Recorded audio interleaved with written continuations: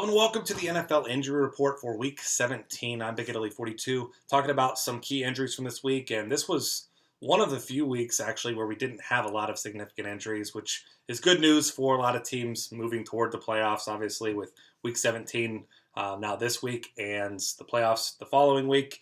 Obviously, good news to finally see very few players actually go down to injury this week. But starting off with the Colts, big-time long shot to make the playoffs now anyway, but Matt Hasselbeck has a shoulder injury, and unfortunately, he was unable to finish this game there. He was knocked out, and it was a shoulder injury, of course.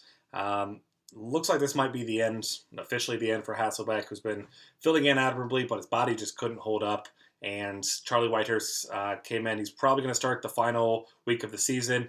And we saw the Titans had Brandon Weeden have a huge game against them last week with 3 touchdowns, allowing the 5th most fantasy points a game to quarterbacks with 20.38, allowing 249 passing yards a game and just over 2 scores a game. But it's still Charlie Whitehurst. There's a reason why this guy has never been a starting quarterback for any amount of time in the NFL. And Colts, like I said, huge long shot. They need to win. A Texans lost and all kinds of other things to fall their way.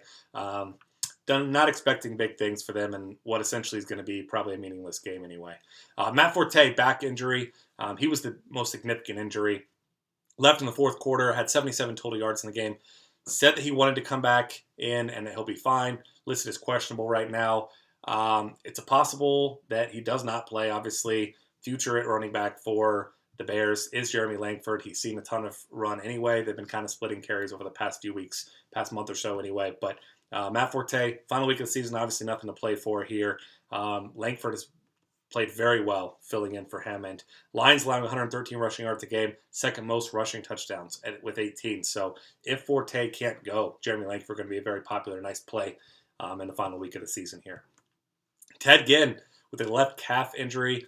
Panthers finally lost their first game of the season. Second quarter, Ginn left with a injury. Did come back, but had just 1 catch for 9 yards. Didn't look like his I won't say old self, his current self, I should say. So we'll see if he goes this week. Could be a big blow to the passing attack that really doesn't have very many weapons outside of Greg Olsen and Ted Ginn this season. So 739 receiving yards, 10 scores for him this year. And now they're not going to be able to rest players in the final week because they need a win or a Cardinals loss to lock up that top spot in the playoffs, which looks like it was going to definitely be theirs. But Cardinals knocking on the door now. So obviously Devin Funchess going to be a guy that would have to step into a bigger role. And facing a Bucks team that's about an average team, allowing 29 touchdown passes on the season, 239 passing yards a game, and allowing a lot of points to wide receivers though. So Funchess just not an attractive option in this one. You're probably looking at the more consistent options in this game, like a Greg Olsen, if Ted Ginn can't go. But hopefully for the Panthers' sake, he is able to play in this one. Ryan Tannehill, shin injury. He was kicked in the shin by his own tight end here, Jordan Cameron.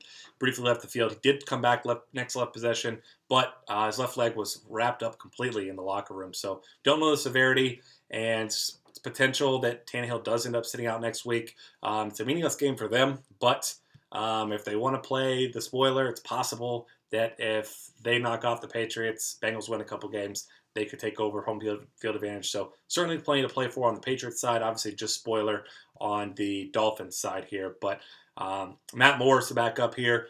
And he's actually been pretty good at times as a starting quarterback filling in. And with the Dolphins, 2011 had almost 2,500 yards and 16 touchdowns to 9 picks. So obviously that's been quite a while since that happened.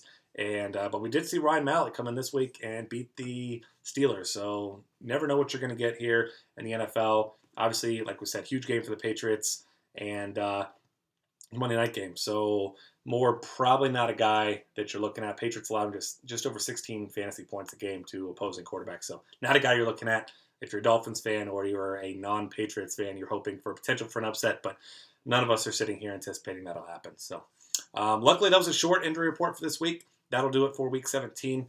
And check us out on Twitter at DF Cafe. Subscribe to our YouTube channel, and we have lots of other great content at dailyfantasycafe.com.